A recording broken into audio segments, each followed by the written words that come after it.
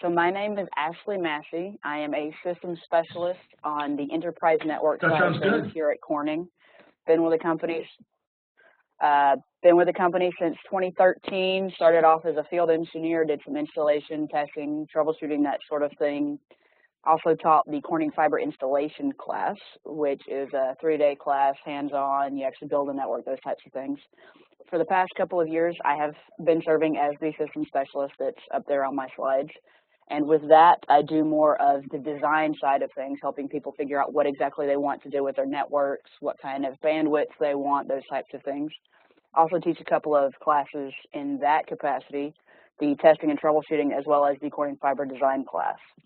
What we're going to be focusing on today on the Corning end of things, which you guys already probably saw, will be optical fiber, OMs 1, 2, 3, 4, 5, as well as single mode.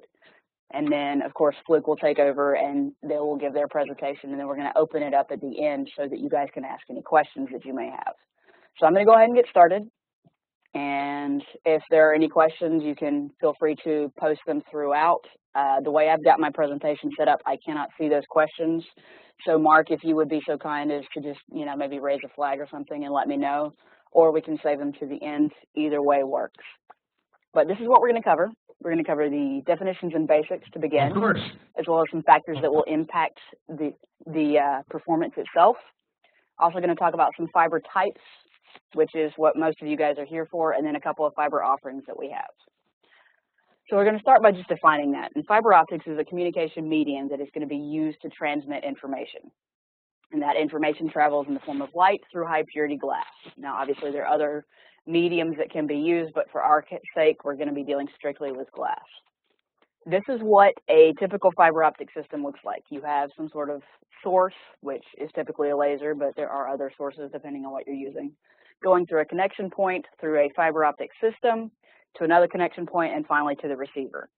And on the bottom of that picture, you see what you may typically see in the actual installation itself with your connection points and your length between. This is the anatomy of an optical fiber. The 3 C's is what you'll typically hear it referred to as. You have the core, the cladding, and the coating.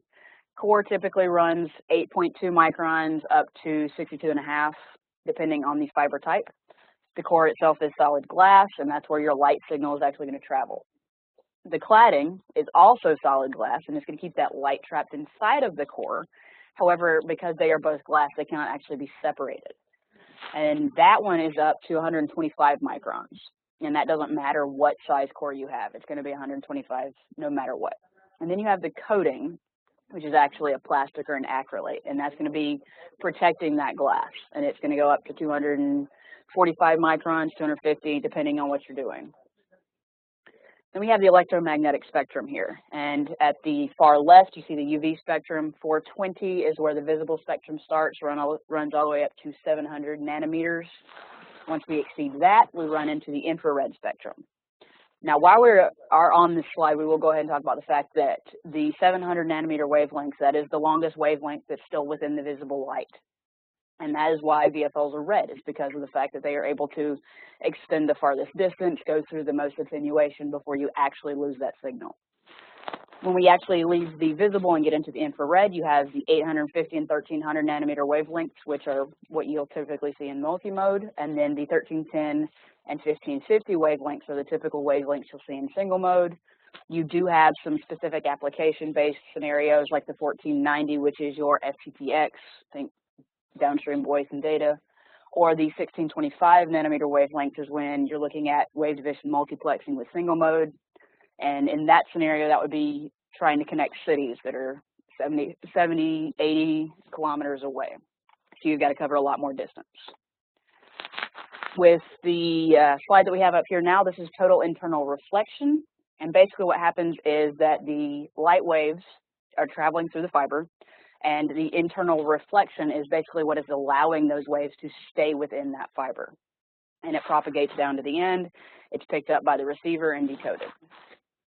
Now here's a little bit of math for those that are interested. The index of refraction, or IOR, is going to be different between the core and the cladding. And you can see here in this picture, the green line, that angle is so great that the light is actually being lost. It's being refracted out. Then you hit the red line there, that's what we call the critical angle. That's where the light's actually being trapped between that layer and the core and the cladding. And then the dotted line, that's the angle that we're actually trying to achieve. That's where the light is actually reflected back into the fiber itself. One way to think about this, if you've ever been swimming, you dive under the water and you look up, the green line is where you're actually able to see what's in the air outside of that water. That red line, if you continue to look further and further out, you're going to see everything kind of go shimmery. You can't see above or below. That's that red line, that light being trapped between the two layers. And then the dotted line is when you're able to look further out and it's actually allowing you to see what is in the water itself. Excuse me. Now we have a different image for you guys to see. And with this one, you see this acceptance cone. And that's basically taking that critical angle that we were talking about, rotating it 360 degrees around the fiber. Any signal or light that is injected into the fiber in that acceptance cone is going to be trapped and continue down our fiber. And another name for that critical angle is the numerical aperture. All right, we'll talk about bandwidth now, because this is really what matters, is how much information can we carry. And bandwidth is just the ability to carry information over a distance in a given amount of time without actually losing that data. And it's measured in bits per second, or BPS. We have a couple of things that will actually impact the fiber's performance. And the first one is the attenuation, and that limits the distance that you can go. Attenuation on the left, you see the signal, and these are going through our fiber. On the far end with attenuation, you can actually see that signal, the peaks are not nearly as tall. So basically, you've gone through the fiber and you have a loss of signal strength. Dispersion limits bandwidth, or how much information you can carry. You can see on the left, the waves are being injected into the fiber, and when they get to the far end, those waves have actually spread out. So it's basically, in these two scenarios, limiting the ability of the receiver to distinguish between ones and zeros. In the attenuation scenario, the peaks are short enough that it never goes back from being a 0 to a 1. So it looks like it's the same signal throughout. Dispersion, those peaks are basically being spread apart to the point that it's no longer able to distinguish the ons and offs and ons in the same idea, but now it's always a 1 instead of going back to a 0. So this is where you can run into some bit error rates, is when the attenuation and dispersion get too great. As I said, attenuation is the loss of signal strength. It is expressed in dB, and there are two types. There is intrinsic, which is internal properties of the fiber, and there are extrinsic, which are external or outside forces impacting that fiber. It's basically impacting how much power is going to get to that receiver at the far end. One thing to note, 3 dB of loss is equal to 50% loss of the original signal, and that's going to compound for every 3 dB. Dispersion, the spreading of those signal pulses. There are two types that I want to mention. You have modal, which impacts multimode, and chromatic, which impacts single mode. And this is, again, going to basically be determining whether or not it can see those discrete signal pulses, or if it all bleeds together into one. With intrinsic, as I said, that's an internal factor. The first one is absorption. This is when the photons give up their kinetic energy to subatomic particles. For those of you that are familiar with billiards, think of this as hitting the cue ball into the 8 ball. That 8 ball is going to move, the cue ball is going to slow down, or possibly even stop. So that's what's happening. The 8 ball is absorbing that energy. And then you have scattering. This is when those photons bounce off of subatomic particles. So think of this as the beginning of the game. All the balls are racked. The cue ball is hit into those racked balls for the break, and those balls scatter across the table. That's what's happening there. Now, in both cases, these subatomic particles that we talk about, these are things that are intrinsic in our manufacturing process. There will be some subatomic particles in the glass. Then we have extrinsic attenuation. The first one is a macro bend, and a macro bend is where you're exceeding the bend radius. So when it comes to testing, if you see a macro bend, this is something that you can actually fix by straightening that cable out, and that macro bend will go away, and your signal should continue as it's supposed to. On the right, we have micro bends. And I put two pictures up. The first one on the top right is illustrating what exactly the fiber looks like. So you've got the signal traveling down, and you can see there is a little divot in the fiber. And that's because you're creating an actual surface flaw in that glass. And the picture below it is showing what's happening when that surface flaw is introduced. So you put a zip tie on it too tight, and your signal is actually now taking multiple paths and you're losing some signal. With the micro bend, think of this as a tourniquet. If you put a tourniquet on a limb and it's not addressed quickly and by a professional, most of the time you're going to lose that limb. Same concept with a micro bend. If it's not found soon enough and addressed properly, then you will lose it. That means if it's a jumper, you have to replace the jumper. If this is a cable that's being crushed in a ladder rack, you may actually have to replace that entire section of cable. As I already said, every 3 dB of loss is 50% of your power. And you can see here in our illustrations, at -3, you're at 50%. At -6 dB, you're now at 75% loss. And at 9 dB, which is actually off the scale, you are at 87.5% of your original power is completely gone from your system. So you can see how it adds up really quickly. As we said, there are two types of dispersion, modal and chromatic. Modal is spreading of the signal pulses due to the fact that the modes are taking different paths down that fiber. And you can see the illustration that we gave you there. There are 3 different, basically, paths going down this fiber. On the chromatic dispersion, this is because of spectral width. All of our sources, even though we have gotten really good with manufacturing sources, they still have a small spectral width, which means that there will be slightly different wavelengths for each pulse. If it's focused around 1310, you may have a signal that goes out. The first pulse is at 1310, the next one's at 1309, 1311. And so they're going to have a different speed associated with those wavelengths, which could actually cause signals to get there in a different order. And this impacts single mode because of the fact that we're looking at the spectral width as opposed to the different paths that you have in multimode. So fiber types, this is what you guys actually came for. The first one is the multimode fibers that we'll talk about. OM1, that core size is 62.5, and you can see there it's actually going to be orange. That's where our signal travels. OM2, 3, 4, and OM5 all have a 50 micron core. And then OS2 is approximately 8 microns. Corning's is 8.2 for our standard OS2 offering. One thing I do want to point out, as we go from left to right, the core size gets smaller, but our information carrying capacity goes up. All right. I'm not sure if my illustration is working. I did have a little, an animation going. Hopefully you guys can see. With the multi-mode, there are actually multiple paths or multiple modes that are being taken. In the single mode, we only show the one. And that's really what we want to really focus on, is the fact that we have multiple modes or multiple paths versus a single path. All right. So this is the multi-mode fiber, and this is what's called a graded index fiber.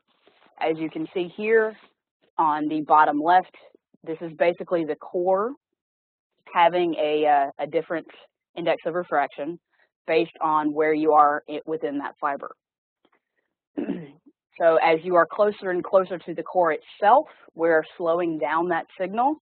As you get farther away from the core, we're trying to speed up that signal so that those those pulses traveling within the fiber that are on the outside of the core are not getting left behind. We want them to all arrive at that receiver at the same point. So we basically are speeding them up as they get farther from the core so that all of our information arrives when it is supposed to. And this is just a different version, a different way of seeing it. It's the same concept. All right, now we're going to talk about some bandwidth measurements. And the first one we're looking at, you see here on the left, we have an LED and a laser. And with the LED, it's creating what's called an overfilled launch.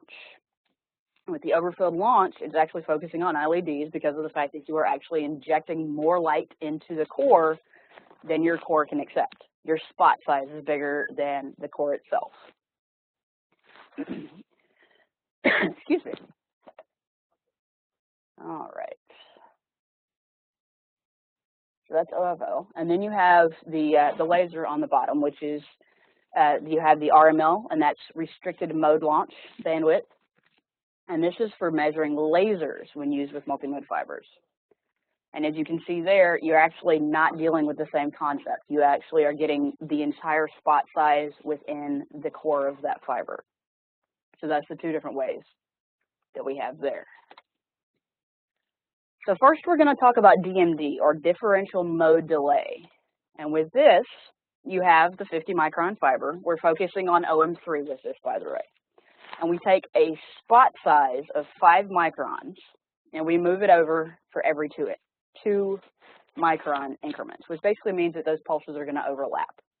And what we're trying to do here, again, focusing around the OM3, so we're trying to get 2,000 megahertz kilometers for our effective modal bandwidth because we're trying to support 10 gig at this point.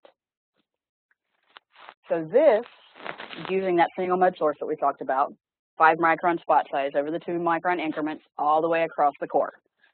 And this is actually going to give us the DMD, which is that differential mode delay. And we're going to use this to create what's called a DMD mask. And this is what that laser is actually looking like. So we're launching that signal into the fiber. You can see that we have a time delay across this. As it gets closer to the core or farther away from the core, it's going to perform at a specific speed. And so when we do this, we're going to basically chart this out, and we're going to apply it to this template. So this DMD mask template that we have here, the time delay that we get has to fall within one of these 6 that we have on the top, but it also must meet all 4 on the bottom. And this is for a DMD mask. That means, in theory, it could meet one of the 6 up top, all 4 on the bottom, and then still not perform as an OM3 fiber. And the reason is because this is not giving you a numerical value when you do this test. It's basically a yes or no. Yes, it meets this requirement, or no, it does not. Which creates some problems because you guys, as installers and as end users, can't afford to install a system that you don't know is going to work.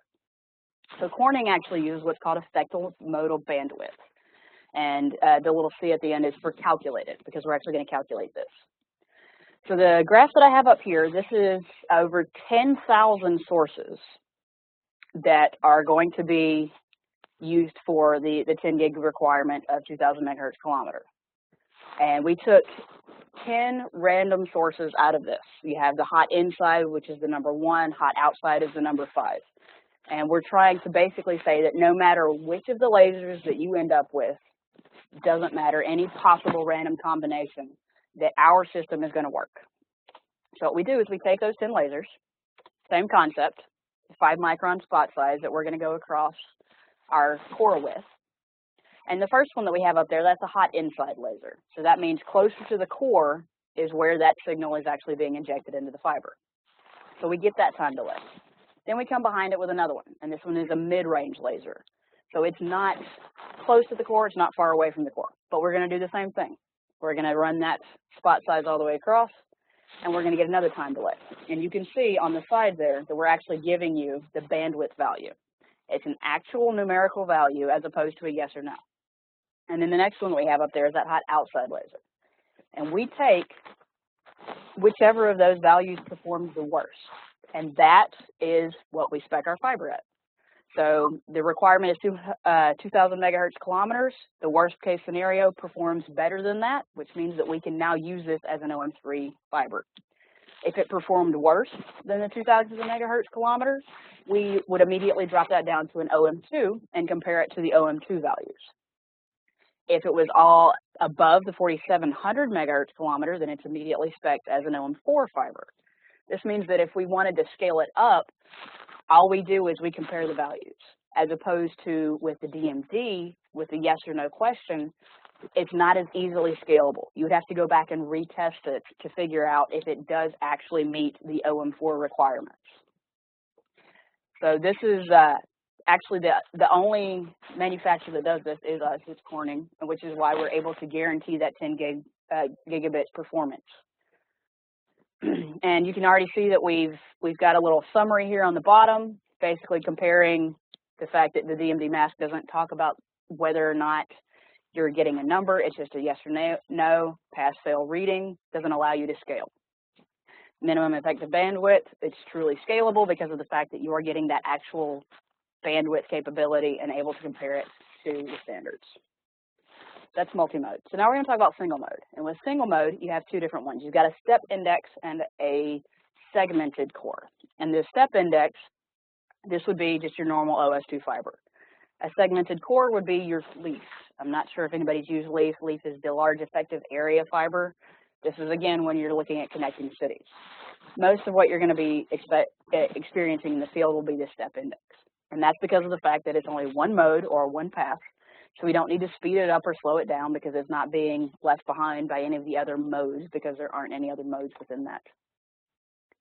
And we have what's called mode field diameter. And this is basically how much of the surface of the fiber, if you're looking at the interface, is actually carrying the signal. Now, yes, the core is 8.2 microns, but up to 30% of the light is actually going to be traveling in the cladding as well, which means that the mode field diameter is going to be larger than the core. Single mode is 9.3 at 1310 and 10.5 at 1550. So if you're looking at an 8.2 micron core and you're running at 1550 and you have 10.5 microns that you're actually sending your signal down, you will have to keep that in mind. Here are the TIA and ITU fiber type standards, and you can see there on the left, fiber type. Basically, we're comparing the TIA versus the ITU, basically what it's called out as. You can see the standards. You got 492 AAA-B is equal to G651. And I don't expect everyone to memorize these, but this is a nice little handy reference. Excuse me. And Corning will actually specify them as a couple of different ways, so depending on what it calls out, you can still pull it up and look at it. G652D, pretty much all of our single mode is compatible with G652D, whether it's spec'd at 652 or is backwards compatible, either way. Here's our multi-mode, 1, 2, 3, and 4. You can see the fiber category, maximum attenuation, tight buffer versus loose tube, serial 1 and 10 gig, as well as the OFL bandwidth and the minimum effective modal bandwidth. So we do actually specify both of them there. This is our single mode offerings. You can see the Corning fiber name, the category. As I was talking about, we do have some that are backwards compatible. So the FMS28 Ultra actually lists out that it's 652D as well as 657.A1. So you can see it does actually cover both of those specs. This is just in a little overview of single mode versus multi-mode, where you're going to see it, what you're going to get out of it, advantages and disadvantages. Not going to go through all of this, but the main thing is based on what you're doing, that's going to really determine what it's really best case scenario for you guys. So multi-mode you're probably going to see in data centers and LANs. Single mode you're looking at longer hauls, so fiber to the home, gas, that kind of thing. All right, OM5, wideband multi-mode fiber. This is the agenda. We're going to talk about the background, what exactly OM5 is, some standard support, the market response, and then Corning's OM5 products and some availability. Background. So OM5 is actually an enterprise data center play. This is a NAFTA chart, by the way, so this is North America only that we're focusing on. And you can see on the bottom, you actually have the colors broken out so that you know what you're looking at. And this is available online if anyone was interested in finding it. But you can see that OM3 has been steadily increasing, and then it started dominating in around 2006. We actually got up to 66%. But then you could see in 09, OM4 starting to pick up. And then as of last year, all of our sales in fiber, only 0.34% of it was the OM5. So it is out there, but not a lot of people are buying it right now, and that's fine. Most enterprise data center links are less than 100 meters and can therefore use the short reach optics. Now, you can see here in the image we've got on the left the OM3 versus the OM4. This is over the 2013 to 2015 years, so the data may have shifted slightly. But at this point, at the 100 meters mark for OM3, you can see that about 95% of the installations are at 100 meters or less.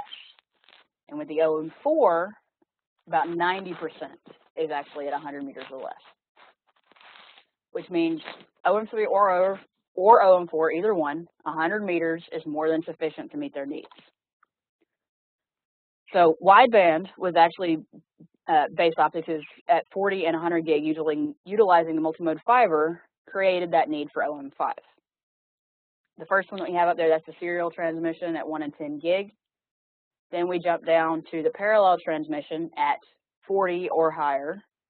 And you can see with parallel, you're utilizing those 8 lanes versus the wideband transmission at 40 gig or higher.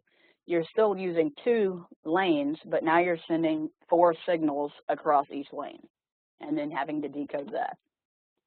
So what exactly is OM5? Well, what is it? It's compliant with OM4 specs at 850, but includes an additional bandwidth characterization at 953 nanometers to support the extended distance when using shortwave division multiplexing. What is SWDM? Well, SWDM is a technology described in an industry MSA that uses up to 4 wavelengths between the 850 and 950 over a single fiber. Is it standards-based? It is expected to remain an MSA solution available from Finisar and Lumentum. When could it be used? Well, it's actually had a specified transmission distance as shown in the table below that you guys can see. And it was also approved for IEEE 400 gig SR16 and 25 gig SR at the same distance as OM4. So looking down at the bottom, OM3, 40 gig, you got 240 meters. OM4 gets you up to 350, and OM5 gets you up to 440. With the 100 gig, OM3 gives you 75 meters, OM4 jumps you up to 100, and then OM5 jumps you up to 150. So from 100 gig distances, you're going OM4 100 meters, getting an additional 50 meters off that OM5. All right, come on, there we go. All right, as said, OM4 is specified at the 850 nanometer wavelength at 4,700 megahertz per kilometer. The OM5 has the additional requirement out to 950, and that gives you the 2470. So those new wavelengths that we have there, we're actually having to shift our focus on that. So it's actually focused such that the 4,700 megahertz per kilometer is still encompassed, but we're also catching that 2470 all the way out at 950 because we have those 3 additional wavelengths that we're going to focus on. And that's what you can see in that image. All right, standard supports. So OM5 has been standardized with fiber with cable color guidance as either lime green or an Aqua Jacket with an ID print. So with this one, you see here that you can have either or. TIA 492 AAAE, published in June of 2016, has those 2 bandwidths that we just talked about. The 4,700 megahertz kilometer at 850 and the 2470 megahertz kilometers at 953. TIA 568.3-D, published in October of 16, recognized OM5, but did not actually specify any color guidance for connectors, and has not to date. TIA 598, published March in 2018, which is found in Addendum 2. That's where you get that lime green jacket as a suggestion, or you can do the aqua with that jacket print. Now I know that's pretty dry, but just so that everyone's on the same page. All right, so where do you actually get benefits from using OM5 over the OM4? It does not give you any benefits for standards-based SR4. It does give you the benefits if you're using SWDM and BiDi. So you can see on the mid right there, 40 and 100 gig SWDM, 4 wavelengths per fiber, 850, 880, 910, and 940. And then the 2 wavelengths per fiber at 850 and 908 in the BiDi option. So BiDi's actually been out for a couple of years, but SWDM was introduced in 2017. With the 40 gig SWDM QSFP transceiver, you're doing 4 times 10 gig with WDM. And you can see your reach with your OM3, 4, and 5 are 240, 350, and 440 meters. This is the same little piece that we already talked about. At 100, you're getting the same thing, the 75, 100, and 150. And then the 2 SWDM manufacturers that you have Finisar, which makes a 40 gig and 100 gig option, and Lumentum, which makes a 100 gig option. So we'll talk market response now. So the 2 switch vendors that we're going to address are Cisco, which has QSFP BiDi for 40 and 100 gig, and uses existing fiber infrastructure. Okay, and then it also gives you a reduced CapEx over the existing multimode fiber. There is no distance listing for OM5 on their spec sheet. And there's also ERISA, which announced the SWDM 100 gig, but it only specifies distances at OM3 and OM4. So these are actually components that we pulled directly from the Cisco and the ERISA cut sheet, and they did not list anything for ERISA at OM5 or for Cisco, either one. And then your transceiver vendors, we have Finisar and FIT/Avago. Now with Finisar, as with BiDi, the SWDM optics are specifically focusing on legacy multi-mode links, which means they're not talking about altering that existing fiber structure. That infrastructure is going to actually stay the same, which gives you seamless scalability because you don't have to touch the background. Now this one does actually provide distances for OM5 that exceed OM4. The difference is the switch vendors versus the transceiver vendors. Transceivers vendors, they're selling to the switch vendors, so they're all willing to support that OM5. The the switch vendors, they want to be able to sell you whatever they've got, and they're not actually trying to get rid of what you've already installed. So they want to be able to support what you already have there. Now with FIT and Avago, their spec sheet for 100 gig BiDi does have provided distances for OM5 that exceed the OM4, while the 40 gig BiDi spec sheet does not show OM5 distances, but have stated that they will support additional length over that OM4. They just haven't shown what it is. All right. OM5 was expected to provide an additional 50 meters reach at 100 gig with BiDi and SWDM optics. You can see there the 3 boxes that I placed up there. Now these are based on the Corning low loss connectivity with 2 patch panels. The distances may actually change depending on the vendor, which means your transceiver, your switch, and your structured cabling. And then finally, the Corning OM5 products and availability. These are 2 of our spec sheets. The first one there on, sorry, not spec sheets, these are white papers. The one on the left is for the wideband multimode fiber. And then the one on the right, that's the 40 and 100 gig multimode fiber connectivity in the data center. So we actually have kind of a comparison, same kind of information that I just went over, giving you some comparison and contrasting between the different transceivers and switches utilizing that OM5. And then 40 and 100 gig, that's actually using OM3, 4, and 5. These are the products that we actually have OM5 available in. These are only going to be pre-terminated solutions. At this point, we do not have any bulk cable. So you can get it in our Edge and our Edge 8 products, as well as our LC Uniboot patch cords. And you can see on the right, that circle there, that V, that is the fiber type code, so that you can actually specify that you want OM5 within your system. And that wraps up my presentation. So Mark, I'm going to hand it back to you.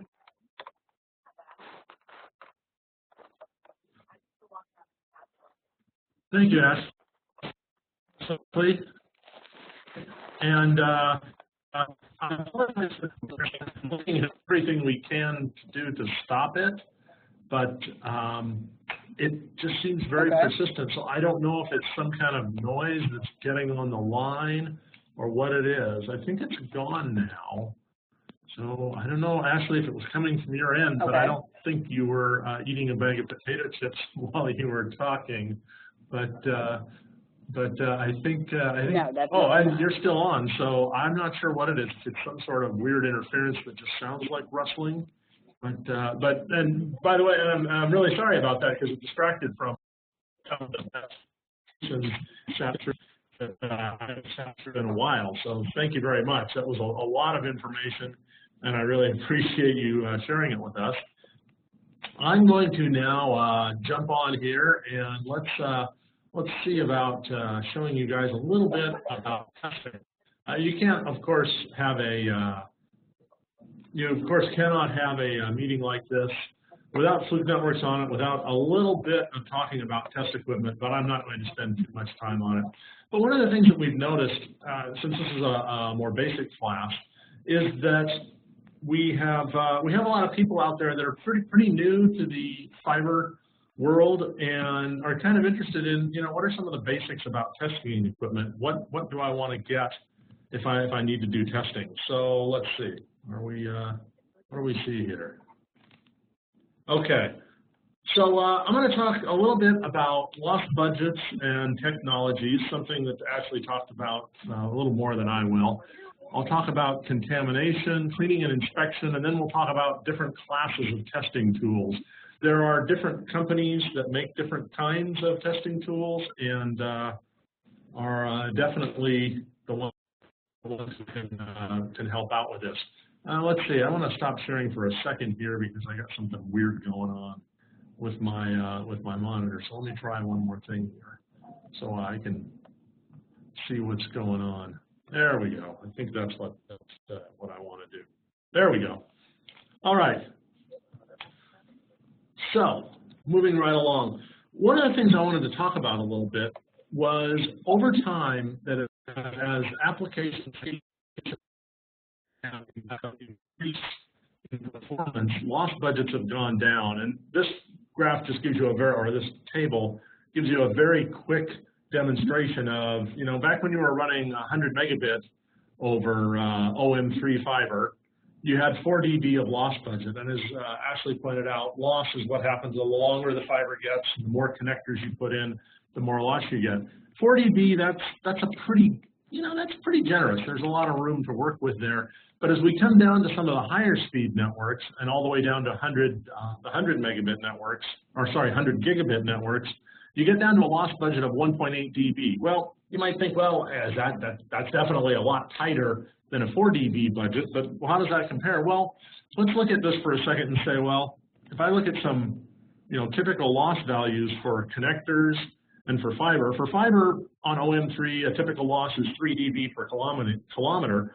So think about that with a 100-meter link in a data center, that's 0.3 of a dB. That's not too bad, but typical connectors can run 0.2 to 0.5 dB. You think about that, you get, say, 4 connectors in a link, and you are already over 100 megabit limit. So the takeaway from this is that things keep getting tighter, and you have to be more careful with your fiber designs and with your fiber maintenance.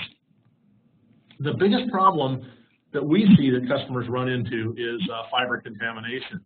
And part of the reason is because, well, fibers are really, really tiny. You see here a human hair overlaid on a microscope with a fiber, single mode fiber. You can see a human hair is quite monstrous compared to the size of a fiber. So it doesn't take very much dust or oil or anything else that gets on the end of your fiber for it to become partly occluded, and you'll start to get more of that loss. I showed you before was for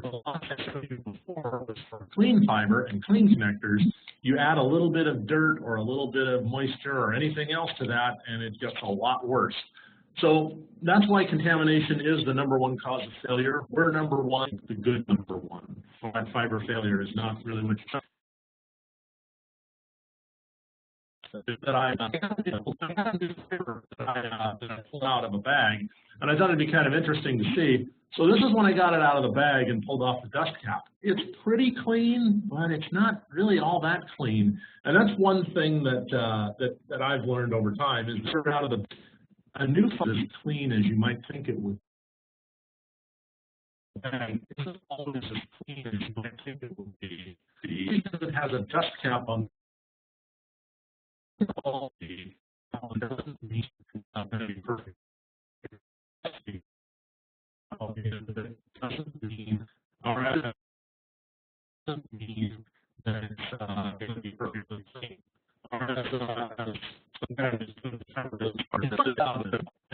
It actually made it a little bit worse, and it didn't really help at all.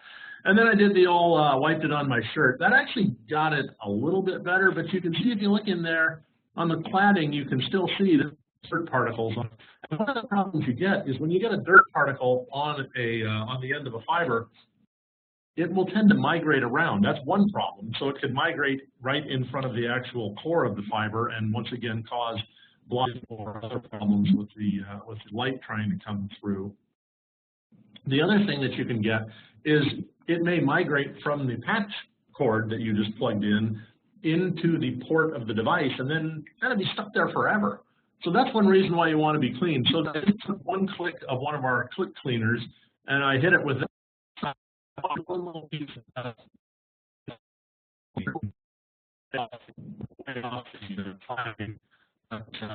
over on the connector. That's probably pretty safe. Probably hitting it with a cleaner again would be good.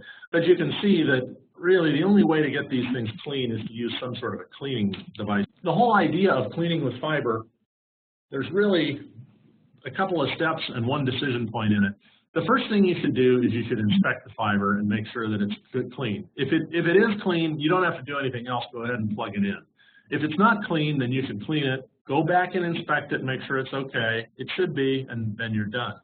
But if you don't take these steps, all you're doing is, over time, as you plug and unplug things, you're adding more dust and more contamination into your system, and eventually it's going to cause you problems. Now, when it comes to cleaning, there's two basic approaches.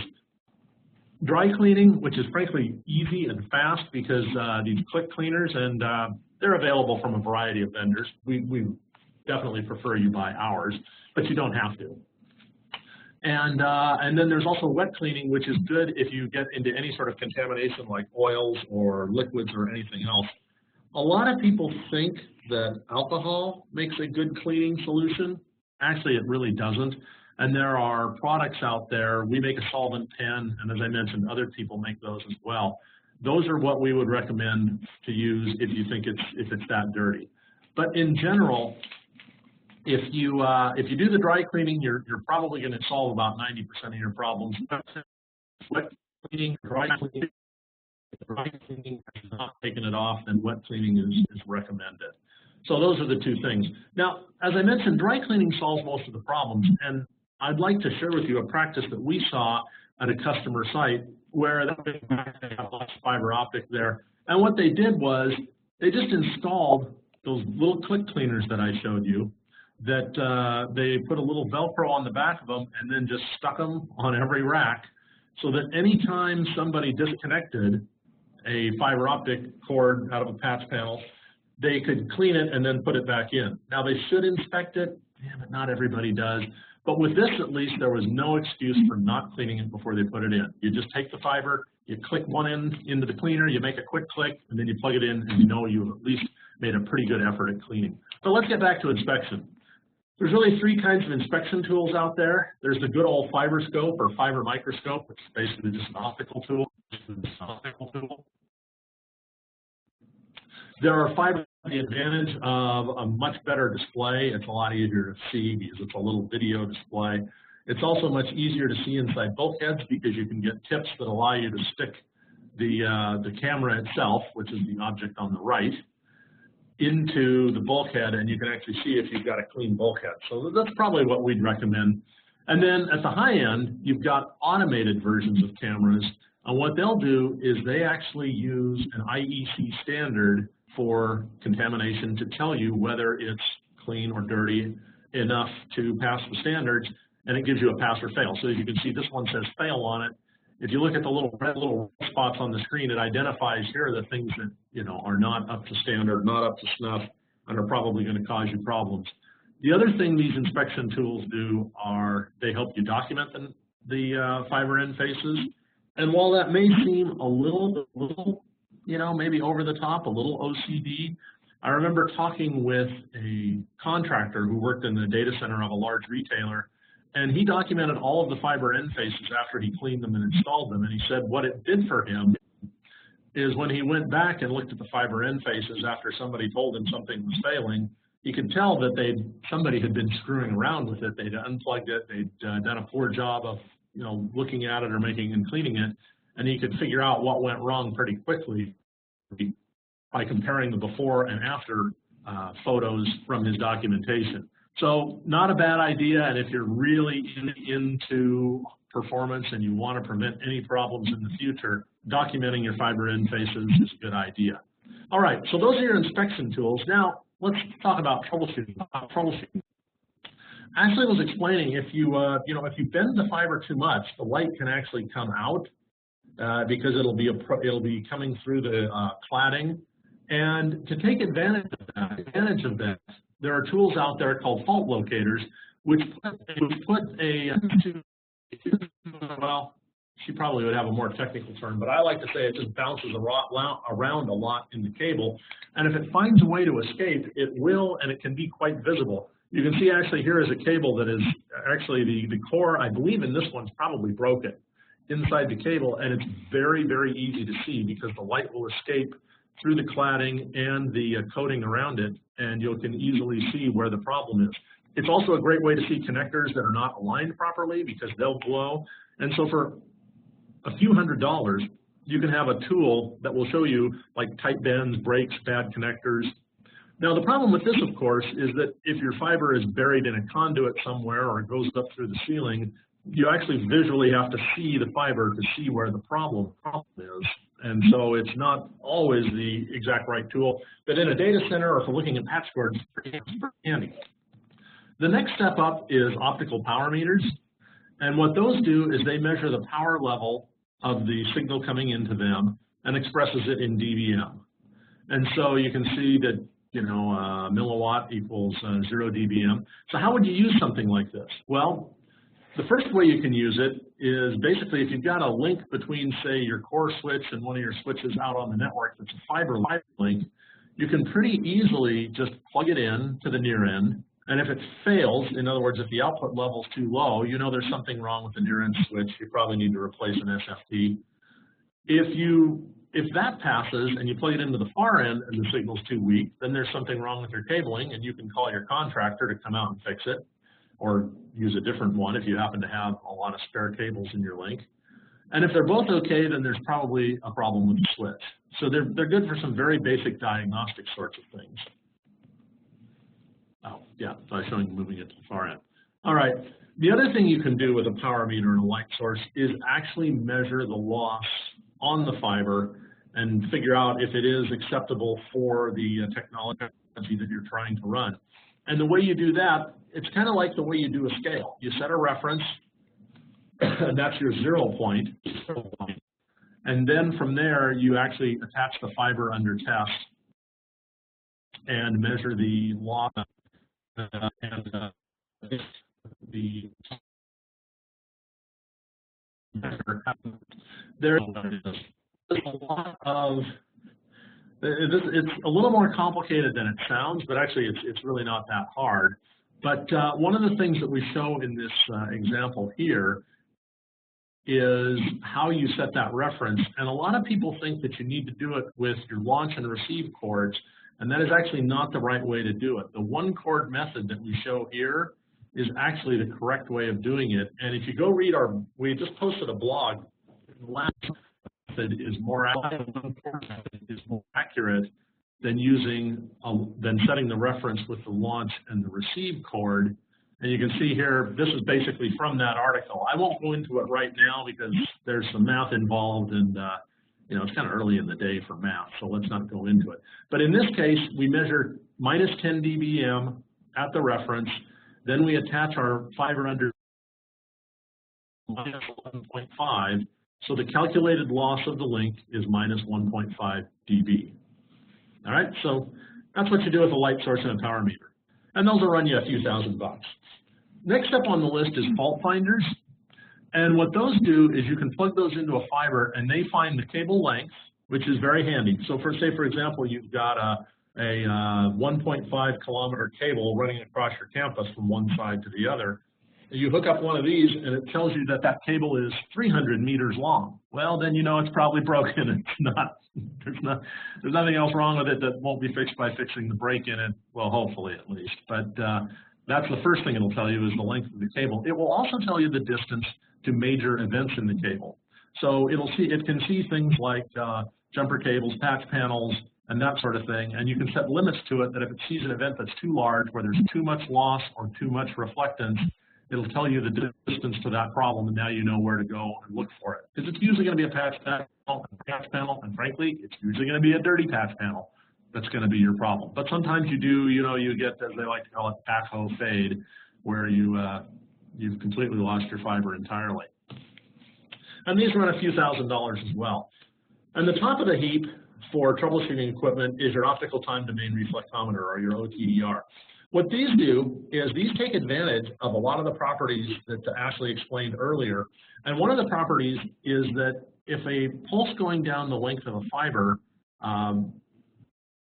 interacts with something that reflects light back, the OTDR can see that, and based on the timing, it can tell the distance to that event. So for example, when I plug in an OTDR and I hit test on it, it sends a pulse down the fiber. Now for example, when it hits this first connector, it will be somewhat attenuated, and a smaller pulse will be reflected back. So there's some sort of reflectance going on there. When that pulse gets to the end of the cable, another reflection will come back, and what you see there is kind of a very crude approximation of the trace you would see on the OTDR. The smaller reflection from the connector, you can see, came back sooner, so we know it's closer. The bigger reflection from the end of the fiber came back later, and took a little bit longer to come back, and so we know it's further away. And light in a fiber roughly travels about a foot per nanosecond, so every nanosecond of delay we know is another foot away. Now, what a real trace looks like is not quite as simple as that. Here's an example of a bigger trace, and we put a lot of things on this fiber, and experts out there in the fiber testing world can tell you, okay, this is a big spike, so that's a connector. And you can see, if you look at the trend line here before the connector and the trend line after the connector, you can see, there's a little bit of loss. It kind of dropped down just a little bit there. So what the level of this is versus all of that, that's the loss. Now this is a mechanical splice because it doesn't have as big a reflection, but you can see there's still a little bit of loss there. And here's a fusion splice because it's got this little step thing, but it doesn't have the bump at all. And now here you've got the trace seems to go up, so you've got some mismatched fibers. And then you got these things called ghosts out here at the end, and frankly not things you really have to worry about. But once again, you have to be a real expert to understand what an OTDR is telling you. Well, at least up until a few years ago, you had to be a real expert. More of the modern OTDRs, like our own OptiFiber Pro, and to be honest, there are other ones out there as well. We just think ours is the best.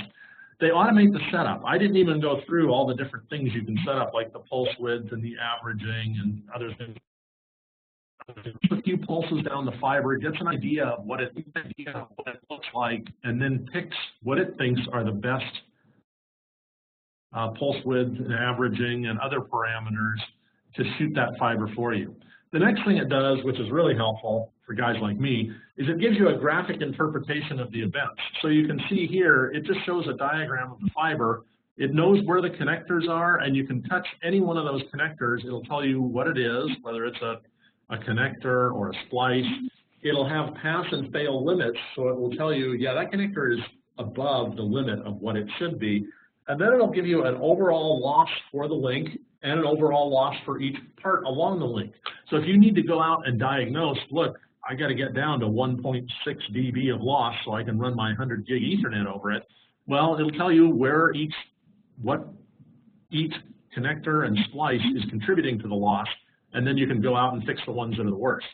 And the last thing it does for you is it does documentation. So it will tell you exactly, or allow you to store this information. So once again, if you come back 2 years from now and the thing isn't working right, and you find there's another connector that somebody inserted, or maybe there's a fusion splice that was never there before, now you can go and try and figure out why that happened, and in some cases, maybe who's to blame, and make them go and fix it.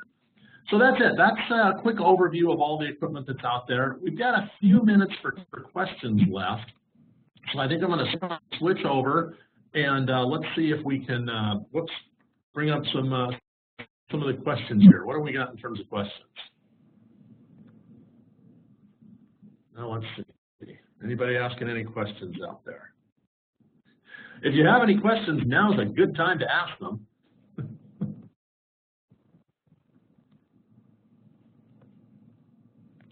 No questions yet, huh? Don't see any? Well, gosh, I mean, I guess that means we either put our audience to sleep or we overwhelm them with all the information we have. Well, what I wanted to do was just very briefly we have some resources here. I grabbed a couple of resources, some things that if you're interested in learning more about fiber testing and troubleshooting, we've got a couple of documents there, and I'll leave those up on the screen for you, that you can get to where you can learn more about fiber testing equipment and more about fiber cleaning and inspection. And I know what we'll do is we'll also send out some resources from Corning, because I know Corning has a lot of educational resources when it comes to fiber. I mean, they invented the stuff, so it seems like they know a lot about it. They got a lot of people like Ashley that works there that who also know a lot about it as well. So they're a great resource, and we'll follow up this with an email that will give you access to some of those resources and some of this kind of information, so you can help educate yourself. There's a question about can I go and view videos of the Fluke Networks OTDR? If you go to our YouTube page and search for OptiFiber Pro, don't confuse it with the OptiFiber that you can get at Costco. That's a totally different thing. It comes in a big jar and you mix it with water and then you drink it. It's a different product. So this is the OptiFiber Pro.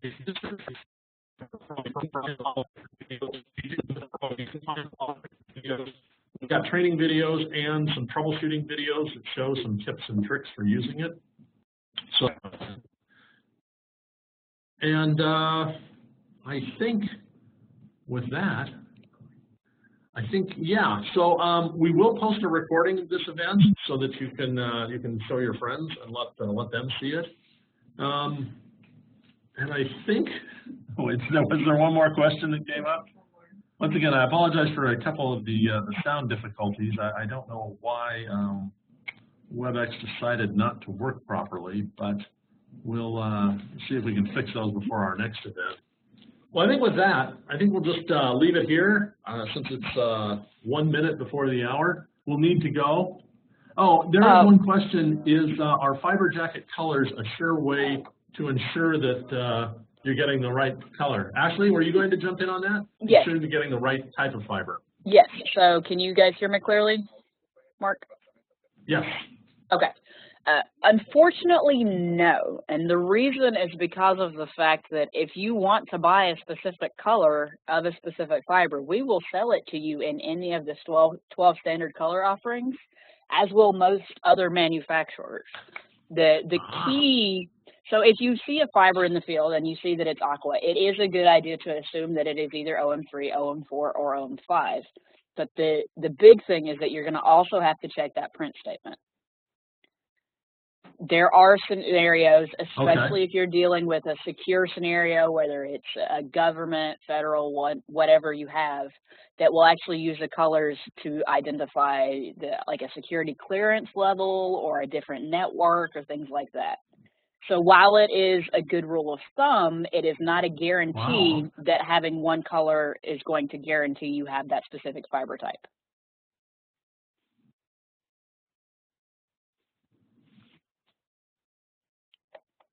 There's another question on there, which Ashley, so if the audience wants to stay on, you're welcome. Do you think, well, what's your estimate, or what's, what would you say is your best guess of the life cycle, say OM5 versus OS1 in data, OM5 in data center? Okay. Well, OS1 is actually, does that make sense? At least in Corning, OS1 is a legacy fiber now. We are actually on to OS2 and have been for quite some time. OS2 is still backwards compatible with OS1. Honestly, with OM5, it's going to depend on the exact deployment as to whether or not that's truly going to give you an added value. Again, most deployments of multimode within the data center are not exceeding that 100 meters. If you are exceeding the 100 meters, you only get a specific distance added depending on the bandwidth capability you're trying to achieve.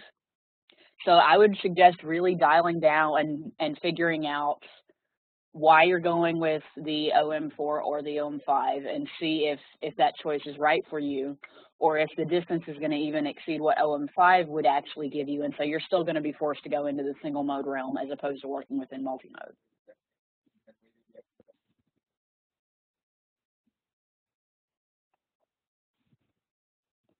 I believe that was Heath Norris that answered that question, so hopefully we got his question answered the way he wanted.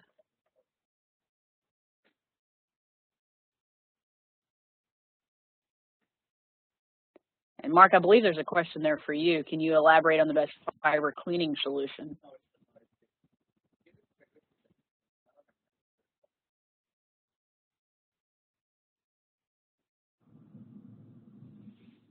All right, our connection to you is not so good, so I'm sorry if I interrupted you there. Mark, are you still there? I didn't know you'd stop talking.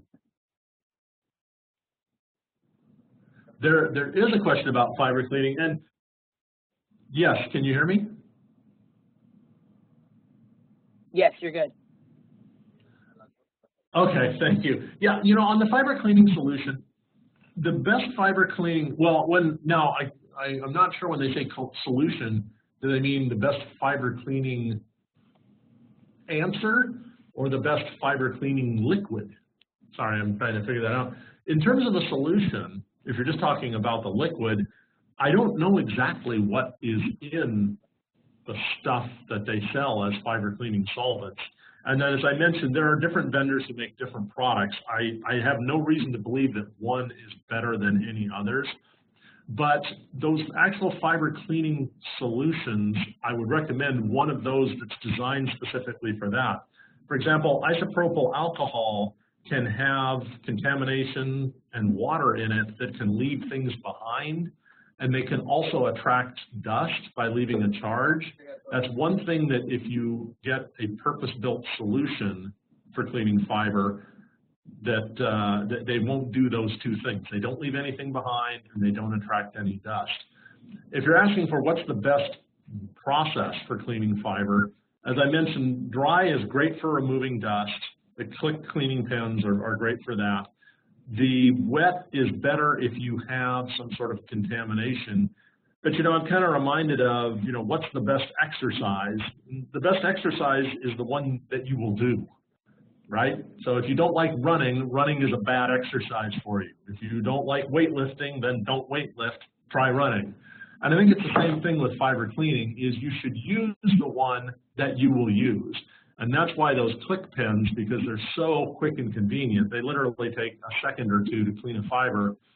That's probably why they're so popular, is people say, look, I may not always clean as much as I should, but if I have one of these around, I'll at least do something every single time, and I'll prevent dust and other big particles from happening. All right, there was another question. Yes, I see one. So by the print statement, I'm speaking of the ID on the side of the fiber cable, correct? I see it have been in locations where they have no clue what type of fiber they are using. So the print statement that I am actually speaking of is the actual print statement that is put on the cable from the manufacturer. It should be listed every 2 feet if it's given in footage, or if it's given in meters, then it will be every meter. If it's from Corning, other manufacturers may use a slightly different interval for their print statements, but everyone should have some sort of print statement on their cable. Now, you also run into the problem of, if it's an outside plant cable, especially one that's been exposed to the elements, sometimes those print statements will get worn off, so you may not know, without actually having to access the cable itself, what you're actually dealing with. Okay, good point. And if the fiber did not have a print statement on it when it was installed, something tells me it was maybe not, it was some sort of bargain that may in the long run may not be much of a bargain. I would have to agree with you on that one, yes.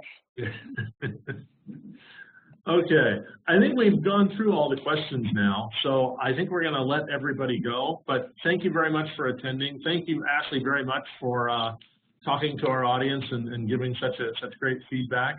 We really appreciate it. You do actually have one, Mark. I do. Yes. Will the dry click pins leave a static charge? No, they're designed not to leave a static charge. I have had some people tell me that if you do it too many times, you can conceivably build up a static charge, so that's possible. But if you just do 1 or 2 clicks, they will not build up a static charge. They're designed to do that. So I guess that's the answer.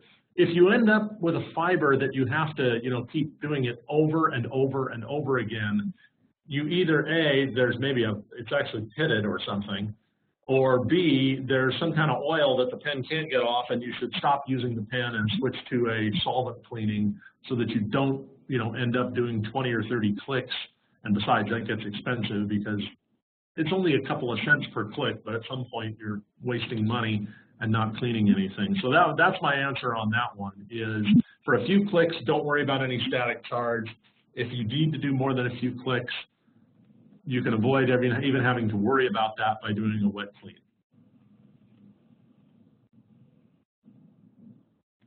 All right, did we make it through all of them?